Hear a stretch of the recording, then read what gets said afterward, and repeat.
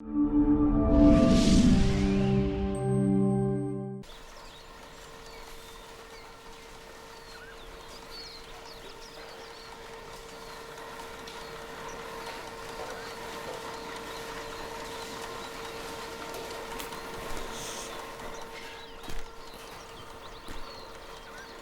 മുതലേ ശ്രദ്ധിക്കുക.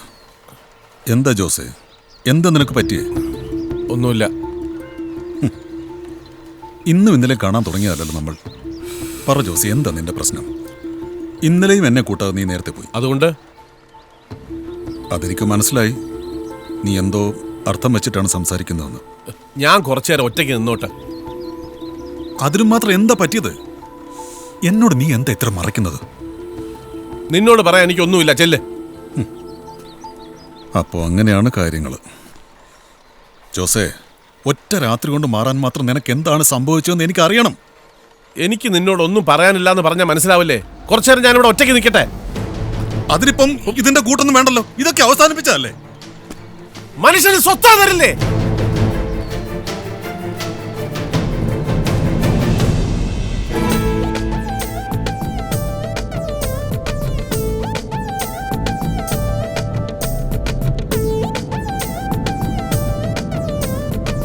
സാർ ഒന്ന് നിർത്തിക്കേ പ്ലീസ്.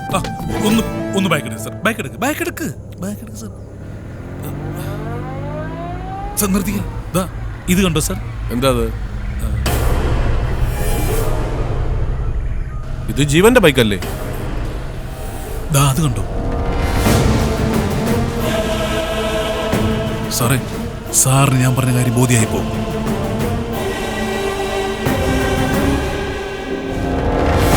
സാറേ, യാതൊരു കാരണവുമില്ലാതെ വിഷ്ണു സാറിന്റെ ജീവൻ ഇവിടെ ഓടിച്ചു എന്നാണെന്ന് ഇപ്പൊ മനസ്സിലായോ സാറേ?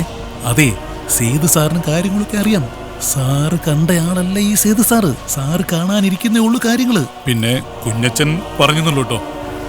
സാറേ പ്ലീസ് ഇറങ്ങരുത്. നമ്മുടെ പെങ്കൊച്ചാണെന്ന് ഓർക്കണം.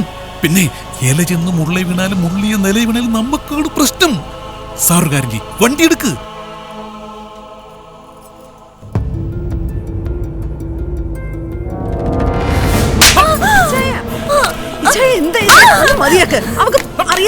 അറിയാതൊന്നും പറ്റാറില്ല, അറിഞ്ഞോട്ടേ പറ്റാറുള്ളൂ. എന്താണ് നിനക്ക് അവരുമായിട്ടുള്ള ബന്ധം? ചോദിച്ചിട്ടില്ലേ? എനിക്ക് ജീവനെ ഇഷ്ടം.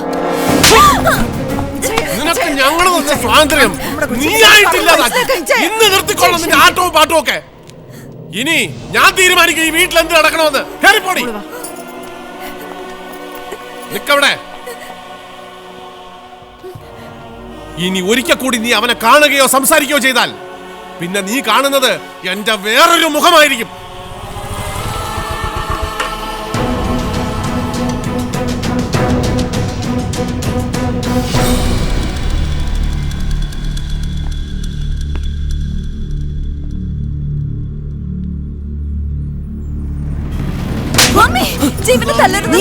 നീ എല്ലാത്തിനും കാരണം.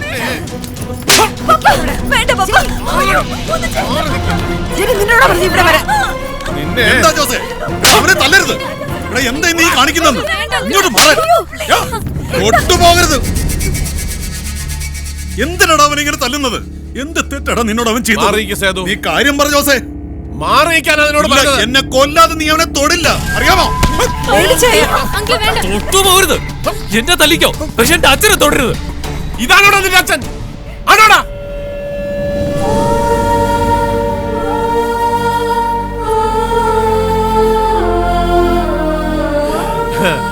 ഇവൻ നിന്റെ അച്ഛൻ? മാറി നിക്കടാ. നീ ചോദിച്ചില്ലേ ഞാൻ എന്തിനാ തല്ലിയെന്ന്? ഞാൻ പറയാം. ഇവനെ എന്റെ മോളോട് പ്രേമം 5-8 എനിക്ക്.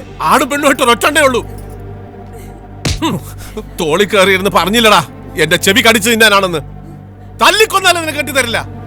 ഇനി അഥവാ അങ്ങനെ വേണമെങ്കിൽ പോയി നിന്റെ തന്തയെ വിളിച്ചോണ്ടോ.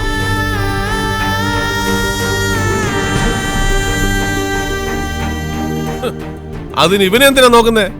പോയി നിന്റെ യഥാർത്ഥ തന്തയെ വിളിച്ചോണ്ട് വാ. അന്ന് നിനക്കെന്റെ മോളെ ഞാൻ കെട്ടിച്ചു തരാം.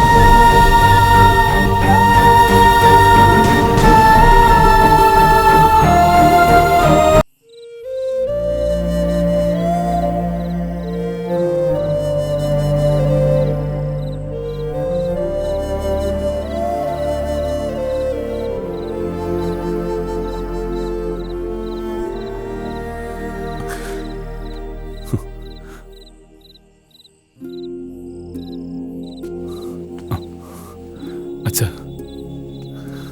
എന്തു പറ്റി മോനെ നിനക്ക്? നിങ്ങൾ തമ്മിൽ ഇങ്ങനെ ഒരു ബന്ധം അതെനിക്ക് ചിന്തിക്കാൻ പോലും കഴിയുന്നില്ല. സാഹചര്യങ്ങളാണ് എല്ലാത്തിനും കാരണമെന്നൊക്കെ പറയാം. പക്ഷെ ഇത് ഇഷ്ടപ്പെട്ടു പോയി. ഇനി ഞങ്ങൾക്കൊരിക്കലും പിരിയാനാവില്ല അച്ഛാ. എന്തു തന്നെ പറഞ്ഞാലും നിങ്ങൾ ചെയ്ത് ഒരിക്കലും ശരിയായില്ല. ജോസിന്റെ സ്ഥാനത്തിപ്പോ ഞാനായിരുന്നാലും അച്ഛാ. ഇങ്ങനെ പ്രതികരിക്കൂ വേണ്ട.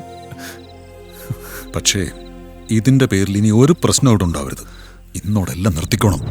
നിന്റെ പരിമിതികൾ നീ ഓർക്കണമായിരുന്നു. ഇല്ല അച്ഛാ, എനിക്കൊരു ജീവിതം ഉണ്ടെങ്കിൽ അത് ജെനിയോടൊപ്പമായിരിക്കും.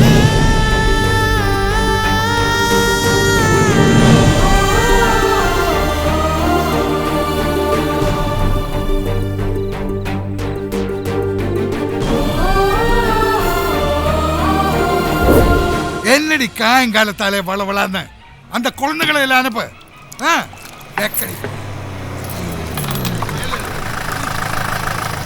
என்ன பேசிட்டு நீ அந்த போன் கீழே வைடி. சார் வணக்கம் சார். വണക്കം. பார்த்துட்டு ரொம்ப நாளாச்சு. ജോലി തിരക്കൊക്കെ അല്ലേ, സമയം കിട്ടണ്ടേ? കഴിക്കാനൊന്നുണ്ട്. அப்போ தோசை புட்டு எல்லாம் இருக்கு சார், உட்காருங்க. சாருக்கு என்ன வேணும் சார்? അപ്പൊ എടുത്തു. அப்போ டே முத்து, அப்போ டே இங்க க்ளீன் பண்ணடா.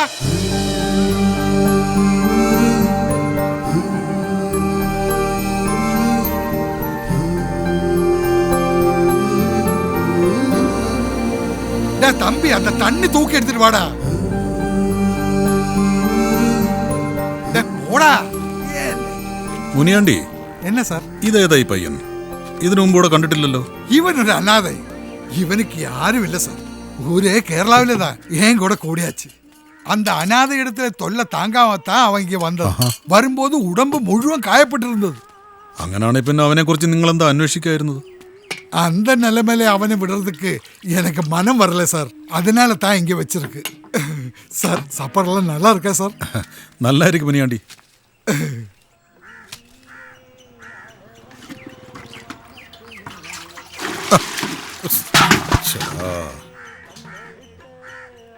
മോന്റെ പേരെന്താ? ജീവൻ. മോന് എന്നോടൊപ്പം വരുന്നോ എന്റെ വീട്ടിലേക്ക്? എന്താ മോനെ, നീ വരുന്നോ?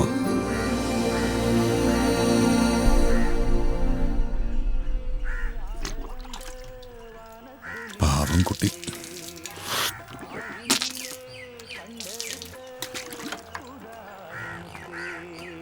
அது போதும் சார், போதும் சார். അപ്പൊ മുനിയാണ്ടി പാക്കലാം. சரி சார். ஓ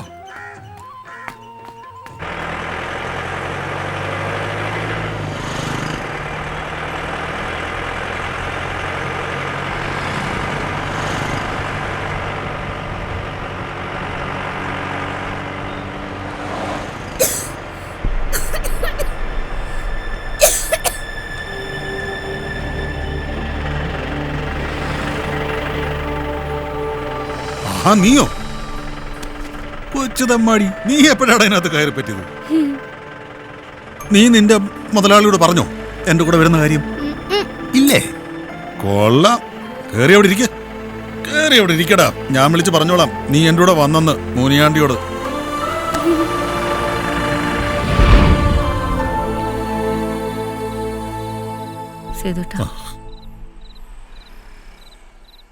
അവൻ എന്തു ഭാവിച്ചാണെന്ന് എനിക്ക് മനസ്സിലാവുന്നില്ല ജയ്. സേതുട്ടൻ വഴക്ക് പറഞ്ഞു. ചെയ്തത് തെറ്റാണെന്ന് പറഞ്ഞു. അത്രയെങ്കിലും ഞാൻ പറയണ്ടേ? ശരിയാ, എന്നാലും എനിക്ക് പേടിയാവുന്നു. ഇപ്പത്തെ പിള്ളേരാ. രേണുവിടെ? അവളവിടെ ഉണ്ട്. ഒരേ കരച്ചില. ബന്ധങ്ങൾക്ക് വിള്ളല് വീഴുമ്പോ സ്നേഹിക്കുന്നവർക്ക് അത് താങ്ങാനാവില്ല. ഈശ്വരൻ തന്നെ എല്ലാത്തിനും വഴി കാട്ടി തരട്ടെ.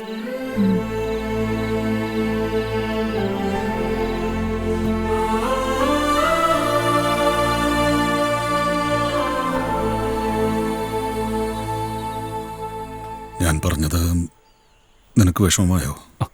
അതിന് അച്ഛൻ എന്നെ ഒന്നും പറഞ്ഞില്ലല്ലോ. അമ്മയെ രേണും വിഷമിച്ചിരിക്കുക. മോനെ, നമുക്ക് വീട്ടിലേക്ക് പോവാം. രേണു അവളോട് പറയേണ്ടി വന്നു. എന്നോടിപ്പോ വെറുപ്പായി കാണും അവക്ക്. ഇല്ല മോനെ, ആരെന്തു പറഞ്ഞാലും അവൾക്ക് അവളുടെ ഏട്ടനാണ് വലുതെന്ന് പറഞ്ഞു. തെറ്റുകാരൻ ഞാനാണച്ചാ. ഒരിക്കലെല്ലാം നഷ്ടപ്പെട്ടു എന്ന് കരുതി എനിക്ക് പിന്നീട് കിട്ടിയതെല്ലാം ഭാഗ്യമായിരുന്നു. അതിനിടയിൽ ഞങ്ങൾ അറിയാതെ അടുത്തുപോയി. ഒന്നും മനഃപൂർവ്വമല്ല അച്ഛാ. ഞങ്ങൾ ചിന്തിച്ചത് ഞങ്ങളെക്കുറിച്ച് മാത്രമാ. വയ്യച്ച, ജനിയെ മറക്കാൻ എന്നെ കൊണ്ട് വയ്യ. മറക്കേണ്ടി വന്നാൽ മറന്നല്ലേ പറ്റു മോനെ. ഇവിടെ നീയാണ് ഞങ്ങൾക്ക് വലുത്. ആരുമില്ലാത്തവനാണെന്ന് അറിഞ്ഞുകൊണ്ട് തന്നെ നിന്നെ ഞാൻ സ്നേഹിച്ചത്. നിന്റെ അമ്മയ്ക്ക് രേണുവിനേക്കാ കാര്യം നിന്നോടാ, അത് നിനക്കറിയാമോ?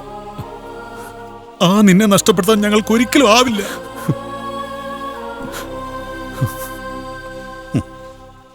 ജോസിനെ ഇന്നും ഇന്നലെ കാണുന്ന ഒന്നുമല്ല ഞാൻ. വീറും വാശി അവന്റെ കൂടെ പിറപ്പ. എങ്കിലും അവനൊരു പാവമാടാ. ഒരിക്കലും നടക്കില്ല എന്ന് ഉറപ്പുള്ളത് കൊണ്ടാണ് അവൻ നിന്റെ മുഖത്ത് നോക്കി ആ വെല്ലുവിളി നടത്തിയത്.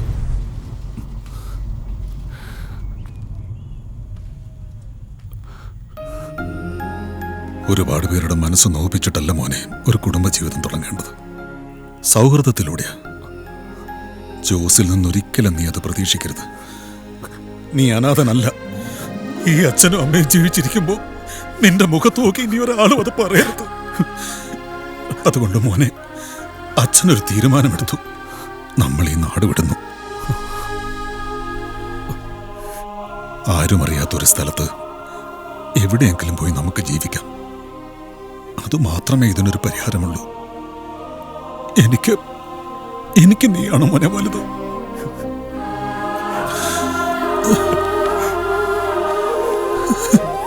ഇത്രയും സ്നേഹിക്കുന്ന അച്ഛനോട് പോലും ഞാനൊരു സത്യം മറച്ചു വെച്ചു.